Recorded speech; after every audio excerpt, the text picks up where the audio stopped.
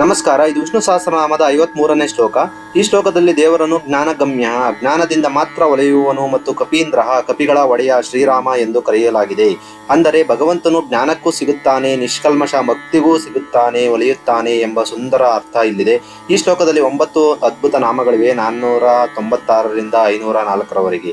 ವಿಷ್ಣು ಸಹಸ್ರನಾಮ ಶ್ಲೋಕ 53.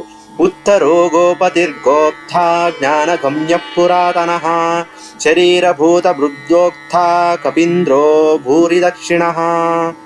ಪದಗಳ ಅರ್ಥ. ಉತ್ತರ ಎಲ್ಲರಿಗಿಂತಲೂ ಶ್ರೇಷ್ಠನಾದವನು, ಜನ್ಮ ಮರಣಗಳೆಂಬ ಸಂಸಾರ ಸಾಗರದಿಂದ ಭಕ್ತರನ್ನು ಮೇಲಕ್ಕೆ ಎತ್ತುವವನು.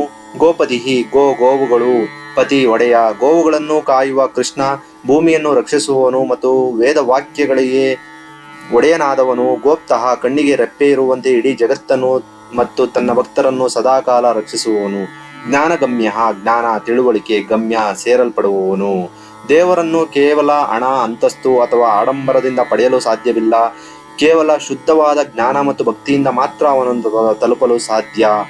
ಪುರಾತನಃ ಸೃಷ್ಟಿಗಿಂತಲೂ ಮೊದಲು ಇದ್ದವನು, ಕಾಲಕ್ಕೂ ನಿಲುಕದ ಅತ್ಯಂತ ಪ್ರಾಚೀನನಾದವನು.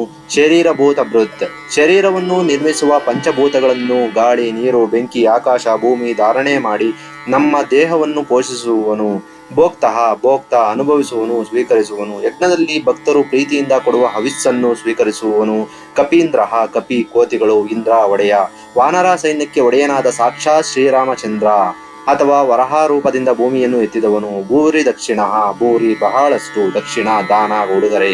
ತನ್ನನ್ನು ನಂಬಿ ಬಂದವರಿಗೆ ಧಾರಾಳವಾಗಿ ಫಲವನ್ನು ದಾನವಾಗಿ ನೀಡುವ ಮಹಾದಾನಿ. ಶ್ಲೋಕದ ಭಾವಾರ್ಥ. ಸಂಸಾರ ಸಾಗರದಿಂದ ಭಕ್ತರನ್ನು ಮೇಲಕ್ಕೆತ್ತುವವನು, ಗೋವುಗಳಿಗೆ ಅಥವಾ ಭೂಮಿಗೆ ಒಡೆಯನಾದವನು, ಎಲ್ಲರನ್ನೂ ರಕ್ಷಿಸುವವನು, ಶುದ್ಧವಾದ ಜ್ಞಾನದಿಂದ ಮಾತ್ರ ಪಡೆಯಲ್ಪಡುವವನು, ಕಾಲಕ್ಕಿಂತಲೂ ಹಿಂದಿನವನು ಅಥವಾ ಅತ್ಯಂತ ಪ್ರಾಚೀನನಾದವನು, ಶರೀರವನ್ನು ಸೇರಿರುವ ಪಂಚಭೂತಗಳನ್ನು ಪೋಷಿಸುವವನು, ಭಕ್ತರು ಅರ್ಪಿಸಿದ ಹವಿಸ್ಸನ್ನು ಅಥವಾ ಸುಖ ದುಃಖಗಳನ್ನು ಅನುಭವಿಸುವವನು, ಕವಿಗಳಿಗೆ ಒಡೆಯನಾದ ಶ್ರೀರಾಮನು ಮತ್ತು ಯಜ್ಞದಲ್ಲಿ ಧಾರಾಳವಾಗಿ ದಕ್ಷಿಣೆಯನ್ನು ಅಥವಾ ಫಲವನ್ನು ನೀಡುವವನು ಆ ಭಗವಂತ. ಧನ್ಯವಾದಗಳು.